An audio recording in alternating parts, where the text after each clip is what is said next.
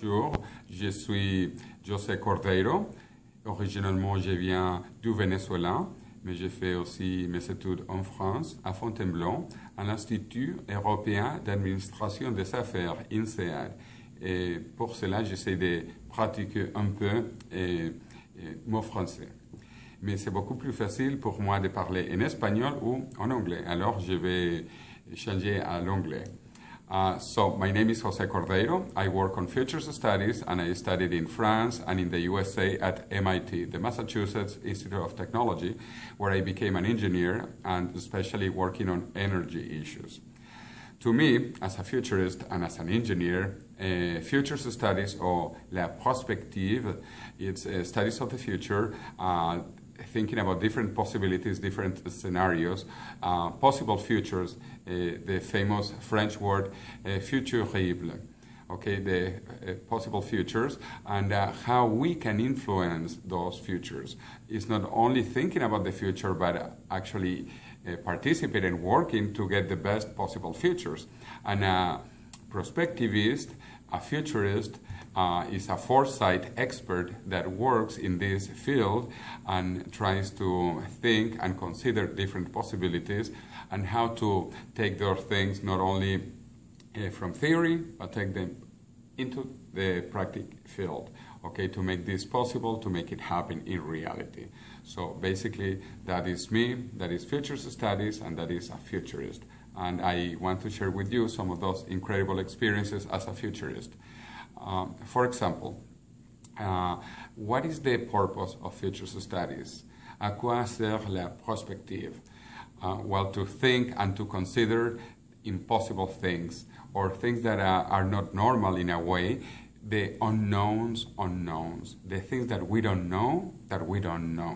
And therefore we have to think about possible futures that might not be common, they might not be normal, but that they are important, and therefore we have to think about the future, because it is always better to think about the future, even if you are wrong, than if you don't think about the future, okay?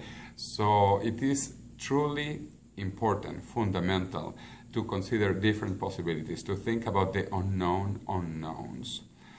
This will help us to have a better future, because then we can try to avoid the bad futures and try to get to the good futures, okay?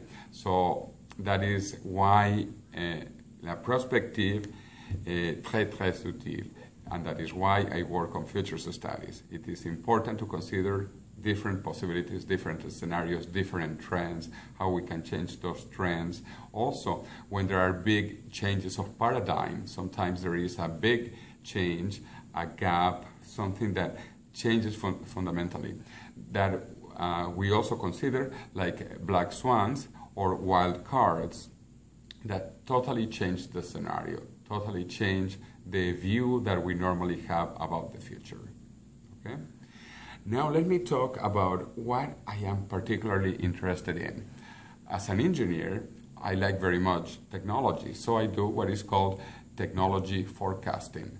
I basically try to visualize what is happening in technology in four main areas that are usually called NBIC fields: nanotechnology, biotechnology, infotechnology, and cognitive science, or cognostechnology, or neuroscience, that has to do with the brain, the study of neuroscience, the brain. Okay, so those are the main four technologies according to the National Science Foundation in the USA: nano, bio, info, cogno, NBIC. All these four technologies are converging in what we call sometimes the technological singularity. There are many different ways to define the technological singularity, and one of the most interesting ones is the moment, the time when artificial intelligence reaches human intelligence. In fact, I'm also a founding professor at Singularity University, and Singularity University was actually created in 2009 to prepare young people, the new generation, about this future when artificial intelligence might reach human intelligence. And we think that this might happen between 2029 and 2045. And I hope that all of us will be alive between 2029 and 2045 to see this technological singularity. The most incredible time in human history, human present, and human future. When we will reach this time when artificial intelligence gets to the level of human intelligence today. And therefore, we will enhance ourselves using this technology. We will improve ourselves. We will actually transcend our current human limitations. This is sometimes called transhumanism, transcending human limitations, transhumanism. And that is a fascinating area, a fascinating field, and I am particularly interested in working in that area. I repeat, as a founding faculty at Singularity University and also in the Millennium project, because we look at long-term scenarios for humanity.